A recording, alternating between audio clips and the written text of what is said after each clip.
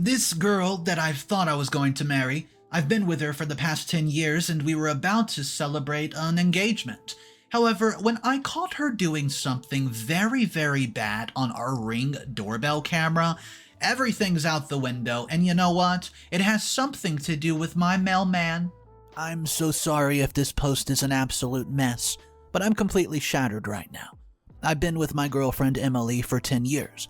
We met when we were both 28 at a crowded bar, and it was love at first sight. We've been inseparable ever since, and, 5 years ago she moved in with me and we've been building a life together. I run a successful thrift store that I built from the ground up. It's allowed me to provide a comfortable life for us, and Emily has been able to stay at home. I thought we were happy. I thought we had a future together. 2 years ago, on our 8th anniversary, I took her on a hot air balloon ride and proposed. It wasn't perfect because the stupid operator kept hinting at it the whole time and giving it away, but she said yes. She cried and told me how much she loved me, and I was over the moon. Next time, I'm not gonna run my mouth to the operator about what my plan was for the day. But then things started to change with me and Emily. Emily, shortly after, grew very distant. She was always lost in thought and spending more time with her friends and family, and I tried to tell myself it was just the wedding nerves.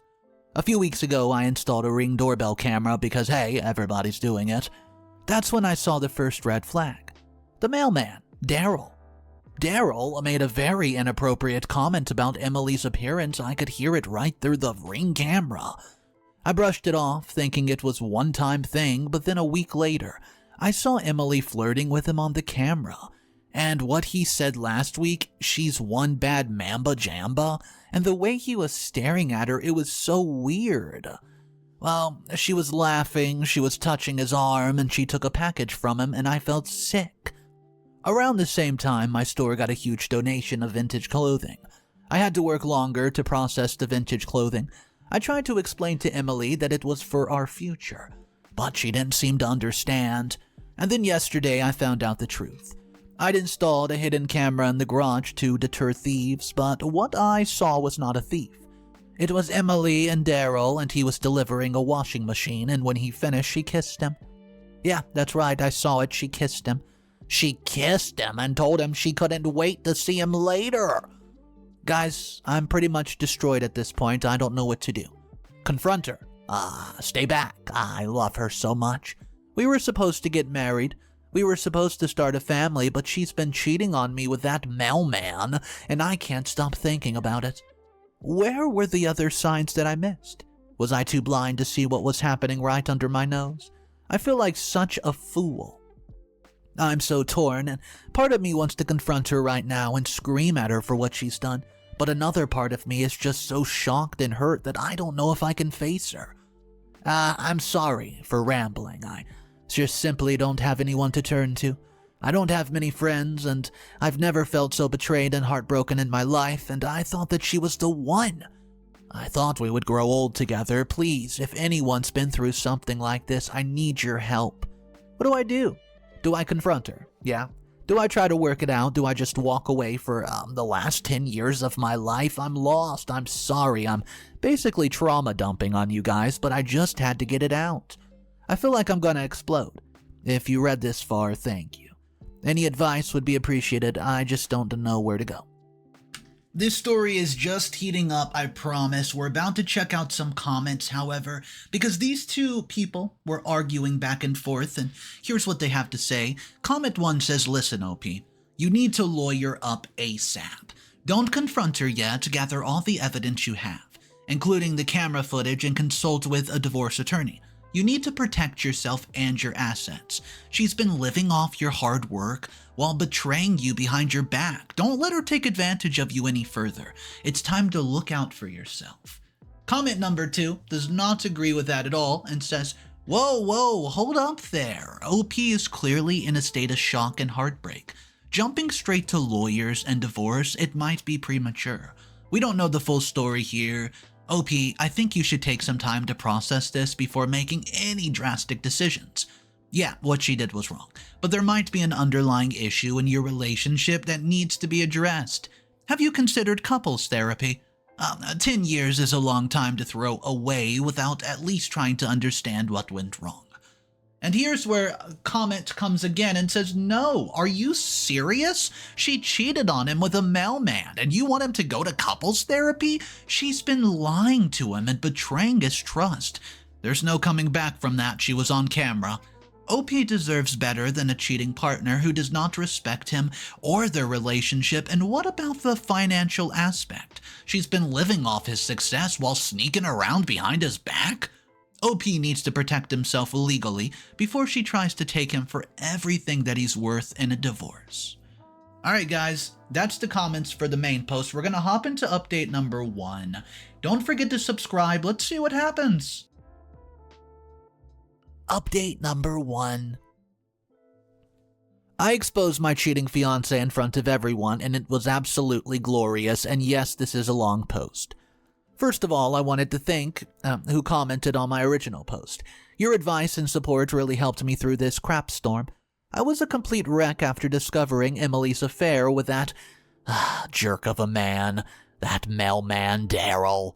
I didn't know what to do, but you guys gave me the push that I needed to take action. So I took the advice of my best friend Mark. He's always been the level-headed one, and he suggested I gather solid evidence before confronting Emily. I was hesitant at first, but I knew I needed something concrete to stop her from denying it. Well, here's where it gets a little wild.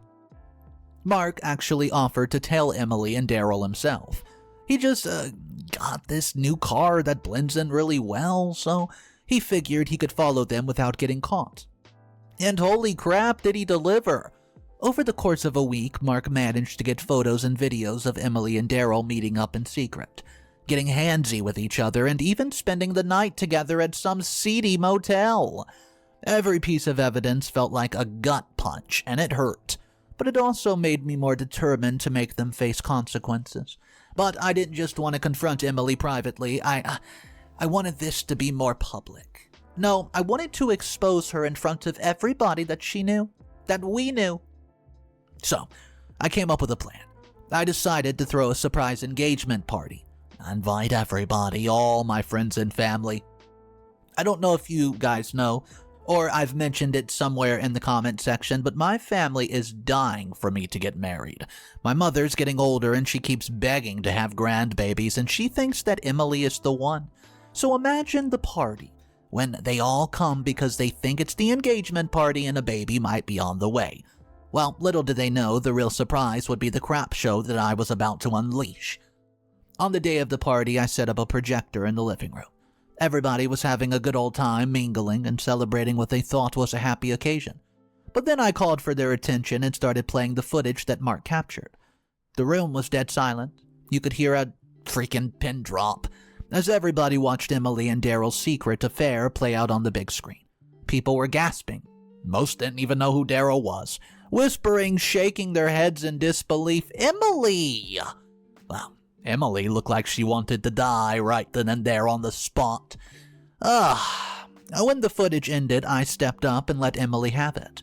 I told her how much I had loved her, how I had given her everything, and how she repaid me by messing with the mailman. I handed her a box with all the evidence and a letter telling her we're done. She just stood there crying like some fool, but the best part is, right before I walked out, I turned to my mother and said, "Sorry, Mom. Looks like this woman won't be giving you grandbabies you wanted after all." The look on her face was priceless. The party pretty much ended after that. People started leaving, giving me awkward condolences and shooting dirty looks at Emily. I didn't stick around to see the fallout. I just grabbed a bottle of whiskey and got the hell up out of there. So that's where I'm at now. I exposed my cheating fiancé in the most brutal way possible, and it felt amazing, but I know this is just the beginning. I've got a pretty long ways ahead of me. If anyone's been through something similar, which I never have, I would love your advice on how to cope. Thanks again, guys. I don't think there's going to be another update, but who knows? Final update. Update number 2. What's up, guys? I know, it's been a hot minute since I last posted, but I figured I owed you all a final update on this storm that was my life 4 months ago.